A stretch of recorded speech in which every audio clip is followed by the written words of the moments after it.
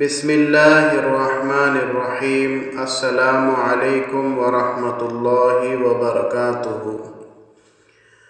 روضۃ الریاحین میں شیخ عبداللہ بن اسد یمنی یافعی رحمہ اللہ لکھتے ہیں کہ ابو الحسن سراج رحمہ اللہ کہتے ہیں کہ میں ایک مرتبہ حج کو گیا۔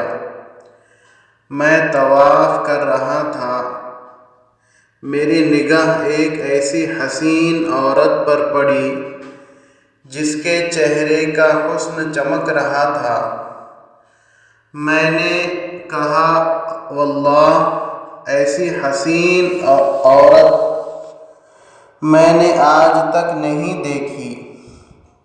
یہ اس کے چہرے کی ساری رونق اس وجہ سے ہے کہ اس کو کبھی کوئی رنج و غم نہیں پہنچا۔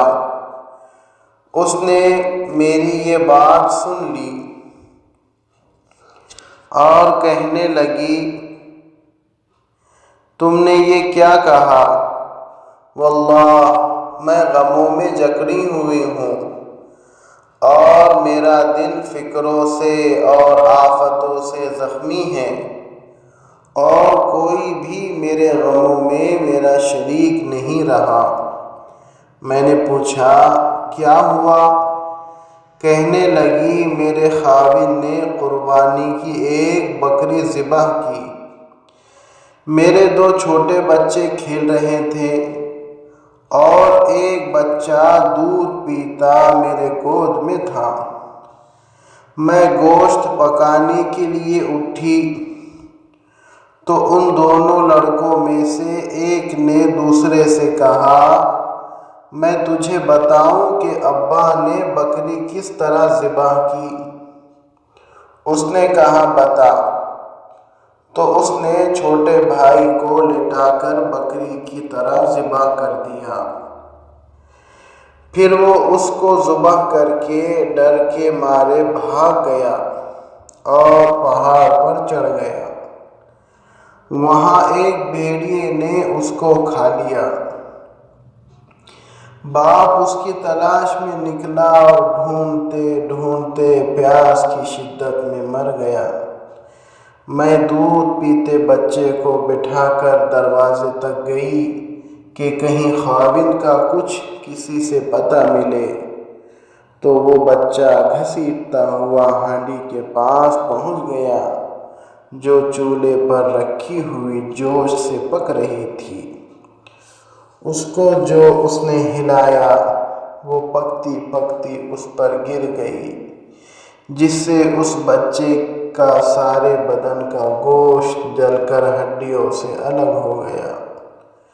اور میری ایک بڑی لڑکی تھی جو اپنے خاوند کے گھر تھی، اس کو جب اس سارے قصے کی خبر پہنچی تو وہ سن کر زمین پر گر گئی۔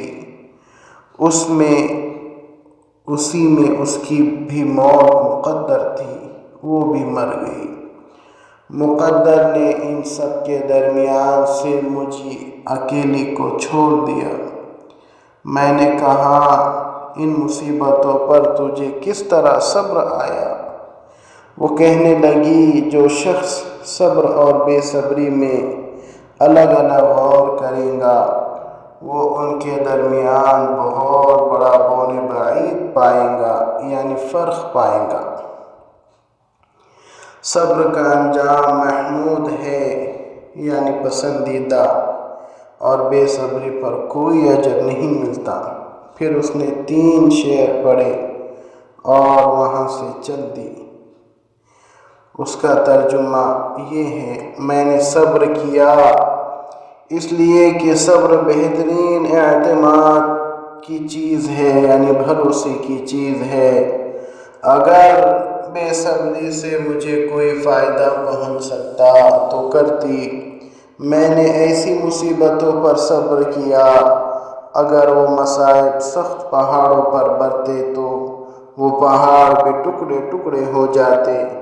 میں نے اپنے آنسوؤں پر قدرت پائی، پس ان کو نکلنے سے روک دیا۔ اب وہ آنسو اندر ہی اندر میرے دل پر گر رہے ہیں۔